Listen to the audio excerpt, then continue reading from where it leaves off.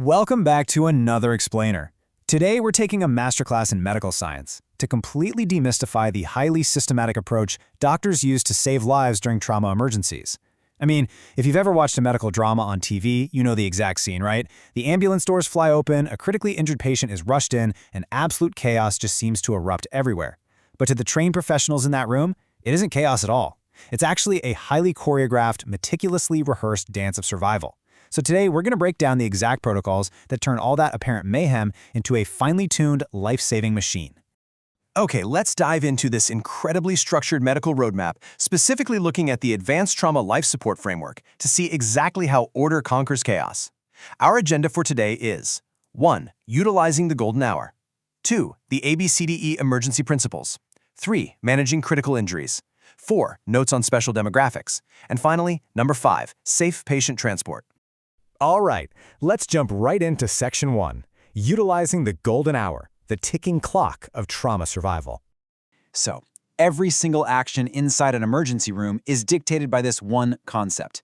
This 60-minute window is an absolute race against time. First coined back in 1975 by Dr. Adam Cowley, the golden hour is the strict time frame where the trauma team absolutely must identify and stop the lethal mechanisms of an injury. It is literally the absolute limit of human physiological compensation. Think about it. If you can stop the bleeding and restore oxygen within these 60 minutes, the body's systems can usually bounce back. But if you miss this window, well, the cascading domino effect of shock becomes incredibly difficult to reverse. And the reason those first 60 minutes are so crucial is because trauma mortality actually happens in 3 distinct waves. The first wave happens within seconds or minutes. These are massive, catastrophic injuries to things like the brainstem or aorta, where sadly medical intervention rarely arrives in time. But look at that second wave, the 1 to 3 hour mark. This is where patients succumb to subdural hematomas, ruptured spleens, or shattered pelvises. This is the battleground. If the trauma team wins the fight during this window, they actively prevent the third wave of death, that days to weeks phase where patients succumb to sepsis or multi-organ failure simply because their bodies were deprived of oxygen and blood for too long. So, how does a doctor actually beat this ticking clock?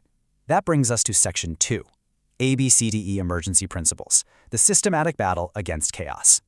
Picture this. You're in the utter chaos of a trauma bay. Alarms are blaring, people are shouting, multiple injuries are presenting all at once. In that intense environment, it's honestly fascinating to realize the massive amount of life-saving data a doctor can gather in a mere 10 seconds just by standing at the head of the bed. What is your name and what happened? By asking just these 2 simple questions, the doctor performs an instant, profound diagnostic test. If a patient can answer clearly, the doctor instantly knows their airway is not blocked. Because they can speak in full sentences, they know the patient is breathing and moving air effectively. And because the patient is awake, alert, and processing memory, the doctor knows their brain is receiving adequate oxygen, which means their circulation is currently functioning. Boom! In 10 seconds, the most immediate threats to life are briefly ruled out. But what if they cannot answer smoothly? Well, the doctor immediately drops into the rigid, rhythmic ABCDE primary survey to hunt down the threat. A is for airway, clearing blockages while strictly protecting the cervical spine. B is breathing, ensuring the lungs are actually inflating. C is circulation, which is all about stopping the bleed and restoring blood volume. D is disability, a rapid neurological check, usually using the Glasgow Coma Scale. And E is exposure, meaning completely undressing the patient, because you cannot treat a life-threatening wound if it's hidden beneath a winter coat. And this order is absolute. You literally never move to C until A and B are completely secured. In this high-stakes environment, the lead trauma doctor doesn't just treat the patient, they orchestrate a team. Think about it. If you have an orthopedic surgeon looking at a shattered leg and a neurosurgeon focused on a head scan, you risk that classic blind men touching an elephant scenario, where everyone only sees their tiny piece of the puzzle. The trauma team leader stands back, absorbs all the data, and decides which surgical intervention has to happen first to keep the whole patient alive. Now, because the body fights entirely different physiological wars depending on where it gets hit, let's move to Section 3, Managing Critical Injuries, the Physiological Battlegrounds. The trauma team deploys precise, localized weapons depending on the trauma zone. For the torso, doctors use bedside fast ultrasounds to instantly spot hidden internal bleeding around the liver, spleen, or heart. For the limbs, it's all about checking pulses. If an artery in the leg is severed, doctors know they have a strict 6-hour golden window to surgically repair that vessel and restore blood flow, or there is no way around it, the patient loses the limb. And for the head?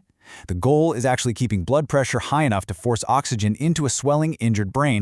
Speaking of head trauma, because the skull is basically an enclosed, rigid box of bone, any bleeding inside has nowhere to go. It just presses inward on the brain tissue. So doctors rely on a brilliant physiological warning sign called Cushing's triad to spot invisible, lethal brain swelling. When intracranial pressure spikes, it triggers this bizarre reflex. The blood pressure shoots up, but the heart rate dangerously slows down, and breathing becomes really irregular. Spotting this triad means the team has to intervene immediately, often surgically removing a piece of the skull to let the brain swell outward, literally saving the patient's life. And while head injuries are definitely terrifying, hidden bleeding is just as lethal. It is absolutely terrifying how common it is for a patient to go into severe shock from massive blood loss that is entirely hidden from view. A shattered pelvis can easily hide liters of blood within the pelvic cavity.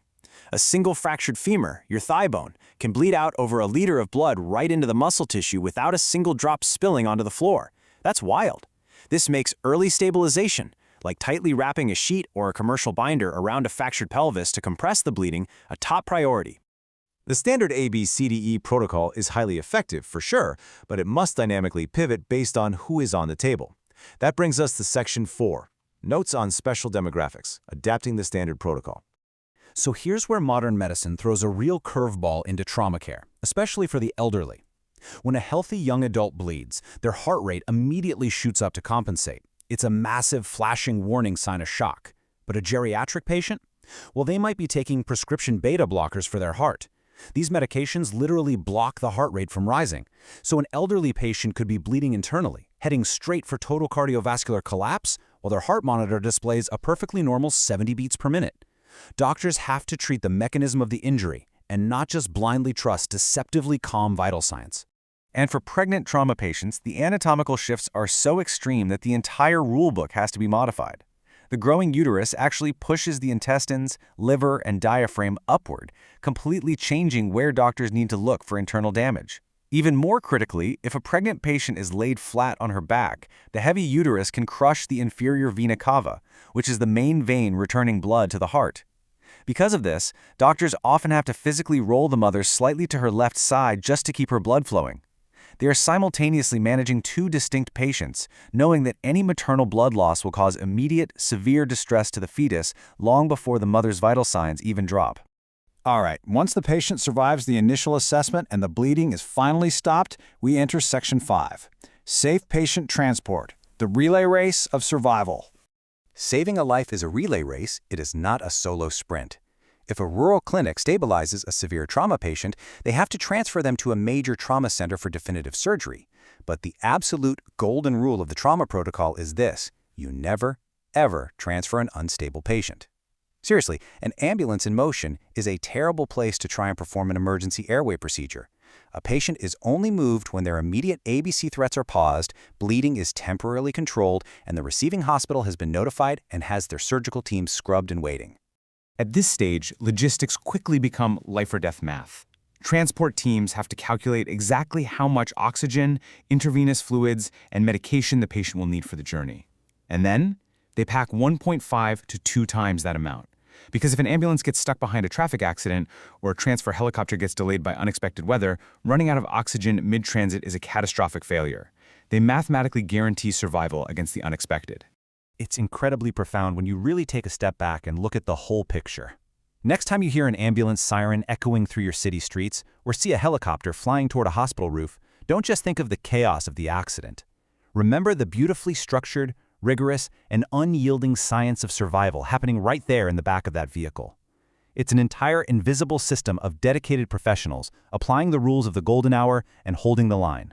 It makes you wonder, how many invisible systems like this are operating around us every single day, quietly keeping the modern world safe? Thanks for joining me on this explainer, and I'll catch you on the next one.